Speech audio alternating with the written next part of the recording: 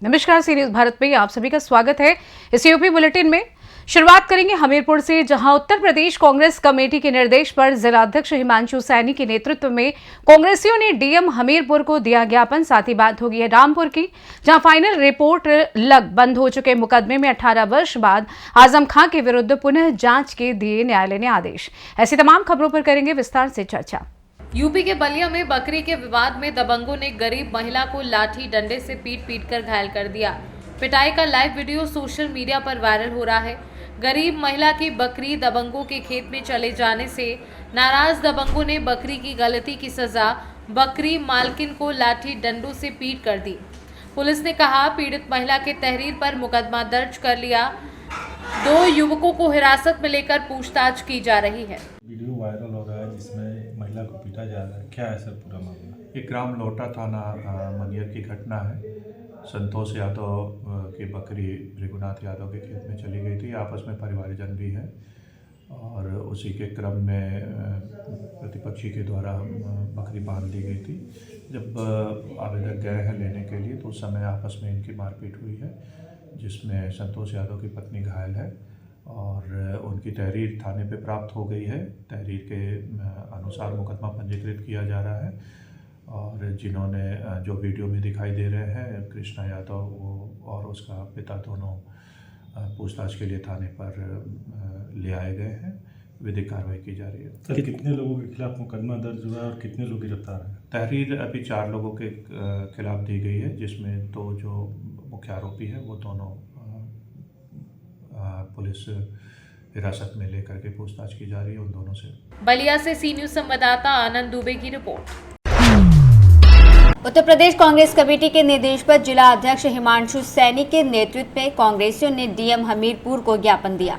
सरकार विरोधी नारेबाजी कर जिलाधिकारी के माध्यम से महामहिम राज्यपाल को ज्ञापन भेजा गया।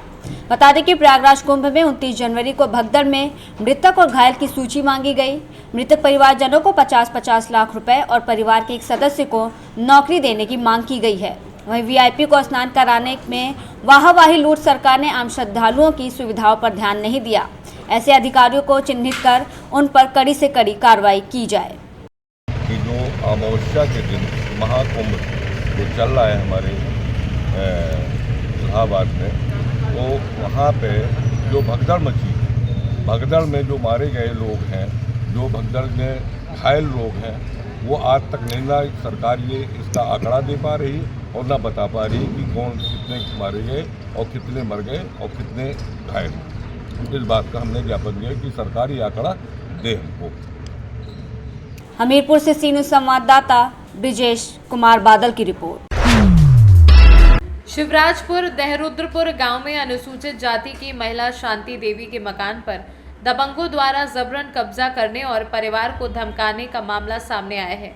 पीड़िता ने प्रशासन से न्याय की गुहार लगाते हुए कहा कि ग्राम प्रधान असरफी लाल यादव के समर्थन में कुछ दबंगों ने उनके घर के सहन और रास्ते पर अवैध कब्जा कर लिया है। इतना ही नहीं, उनका घर तोड़कर घरेलू सामान भी लूट लिया है। शांति देवी ने बताया कि जब उन्होंने इस अन्याय का विरोध किया तो आरोपियों ने उन्हें और उनके परिवार को जान से मारने की धमकी दी। घटना के बाद से पीड़िता और उसका परिवार भय के साए में जीने को मजबूर है।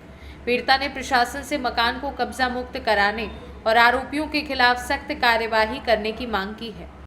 क्या नाम है दादा आपका? हमारा नाम सियाराम है। क्या शिकायत है आपकी? हमारी ये शिकायत है कि हमारी ससुराल में ज़मीन हमारी पत्नी को मिली थी और हमारे जो ससुर का नाम था महादेव और उनकी पत्नी का नाम था प्रजापति अपनी लड़की को वसीयत कर गई हैं और वसीयत पे हमको ज़मीन मिलने के बाद जो हमारे आगे ज़मीन खाली पड़ी है मकान के, उस पर दबंगों ने कब्जा कर लिया है परिवार के लोग। उसमें असरफी लाल यादव ने ज़बरदस्ती खड़े होकर कब्जा कराया है। उन्हें कहा है कि मेरे जीते जी जब तक मेरी प्रधानी रहेगी तब तक इस गांव से कोई संपत्ति नहीं ले जाने देंगे।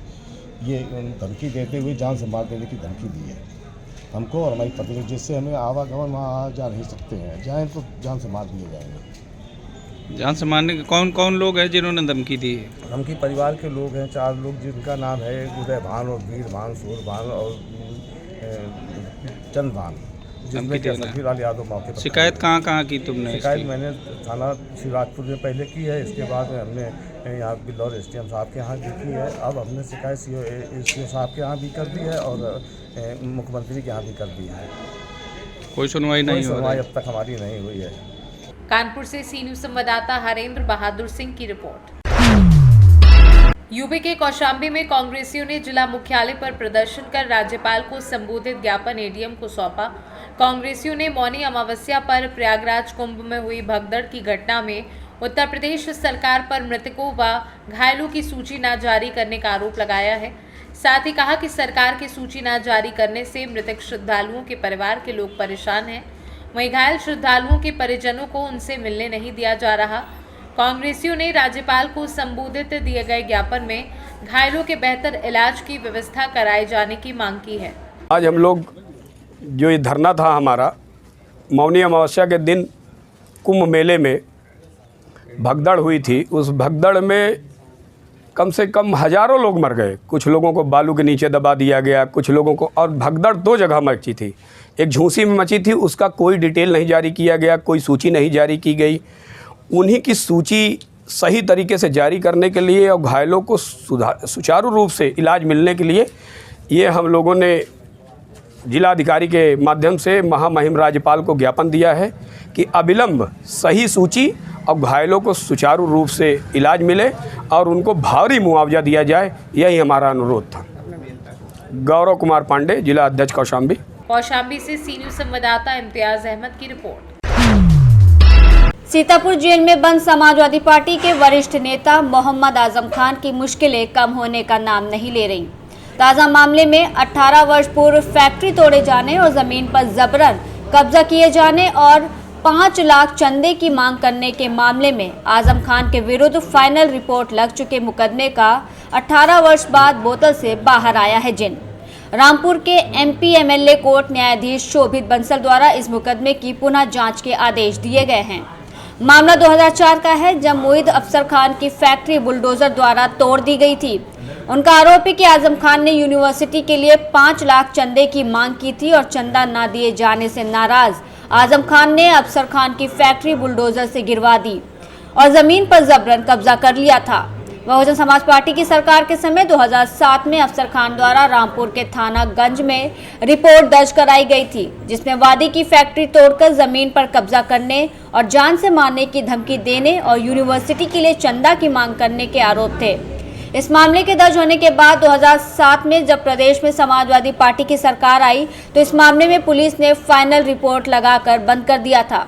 इसके बाद से ही लगातार अफसर खान इस मामले की पैरवी करने का प्रयास करते रहे और उनकी मृत्यु के बाद उनके बेटे जुल्फिकार ने रामपुर के एमपी एमएलए कोर्ट में इस मामले की पुनः जांच की गुहार लगाई, जिस पर आदेश देते हुए विशेष जज एमपी एमएलए कोर्ट शोभित बंसल द्वारा आजम खान के विरुद्ध इस मामले में पुनः जांच करने के लिए पुलिस को आदेश दिए गए हैं।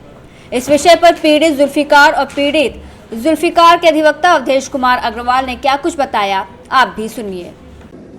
ये मामला है कि दिनांक 19/7/2006 को इनकी अफसर खां की फैक्ट्री थी पापड़ की और उसकी पापड़ कचरी की, जो इन्होंने गिरा दी थी पूरी तरह से आजम खान ने और उनके अधिकारियों ने, सक्षम अधिकारियों ने, जिसमें अफसर खां द्वारा इसकी रिपोर्ट लिखाई गई थी। अब उसके लड़के जुल्फिकार द्वारा इसमें आपत्ति दी गई तो न्यायालय द्वारा पुनः विवेचना का आदेश पारित किया गया। तो 2007 में मामला दर्ज हुआ था, उसमें कितने लोगों के नाम? एक आजम खां का नाम था, ये नेम्ड थे, बाकी अज्ञात थे सर। तो कितने महीने में एफआईआर लग गई? उस समय 3 महीने में ही एफआईआर लगा दी थी। एफआईआर दर्ज होने के 3 माह बाद ही इसमें अंतिम आख्या प्रस्तुत कर दी गई। अच्छा, जो ये एफआईआर दर्ज कराई थी आजम खान के अफसर अली ने, क्यों कराई थी? क्योंकि इनकी जगह में जो इनकी चीज वो फैक्ट्री लगी हुई थी, उसके लिए ये अपनी जो इनकी यूनिवर्सिटी थी उसके लिए 5 लाख रुपए चंदा मांग रहे थे। इन्होंने चंदा देने से मना करा, इसलिए इनकी ये पूरी फैक्ट्री उन्होंने गिरवा दी। 18 साल बाद आपत्ति दाखिल करना, उसके पीछे क्या वजह है? यह है कि ये ऐसी फाइल चलती रही, इस बीच इनकी मृत्यु हो गई अब जब इनके लड़के के पास संबंध गए तो उन्होंने आपत्ति आगे इसमें दाखिल करी। तो इसमें कोर्ट ने अलाउ कर दिया? हाँ, आपत्ति कोर्ट द्वारा 19 तारीख को स्वीकार कर दी गई। 19 मामले की दोबारा विवेचना होगी? अब इस मामले की पुनः विवेचना की जाएगी। मैं आपका भाई जुल्फ़िकार नाम है। क्या था पूरा मामला, पूरी डिटेल क्या है जो आजम खां के साथ? ये आजम खां की सैयद 2006 में हमारे यहाँ फैक्ट्री 2004 में से आगे तो इन्होंने तोड़ दी थी। फैक्ट्री लगी हुई थी, हमारी धान सेलर था भाई का। पापा ने FIR करा, इसको पापा ने इसको रोका। इन्होंने 5 लाख रुपए मांगे तो 5 लाख रुपए इन्होंने हमें बंद करा दिया था। बंद करा रहे थे, पुलिस से उठवा रहे थे। पुलिस ने भाई को हमारा दाब लिया था, पब्लिक ने फिर छुड़ाया था उनको। तो भाई को लिए जा रहे थे ये। तो उसके बाद में इन्होंने इनको तोड़ दिया। फिर तोड़ने के बाद फिर रात में आए थे ये, रात में देखने के लिए खुद आए थे और खुद देख के फिर सुबह को इन्होंने गिरवाया था। तो सुबह गिरवाया था, गिरवाने के बाद उन्होंने से क्या कहते हैं फिर ये कह रहे थे बंद करा देंगे, हम बंद करा देंगे, सबको FIR कराएंगे, इसके झूठे मुकदमे लगाएंगे, झूठे मुकदमे लगाएंगे। कभी लड़की किसी केस में, कभी किसी केस में धमकियाँ आने लगी। तो सियाग पे उसके बाद में जब मायावती की सरकार आई तो हमारे पापा ने एक्शन लिया, इंसाफ के लिए FIR कराई। जब FIR कराई तो इन्होंने 3 महीने बाद सियाग कहते हैं उससे मायावती सरकार चली गई। इन्होंने आला हसन साहब से फाइनल रिपोर्ट लगवा दी। जब फाइनल रिपोर्ट लगवा दी आला हसन साहब से तो उस पर हमें सियाग कहते हैं बैठ गए हम एक तब को। हम सब आगे पुलिस ने से मानना शुरू कर दिया, आप क्यों आ रहा, आपका कुछ नहीं है। तो उसके बाद अब ये हमें से अभी 18 साल के बाद इंसाफ की गुहार सूची है।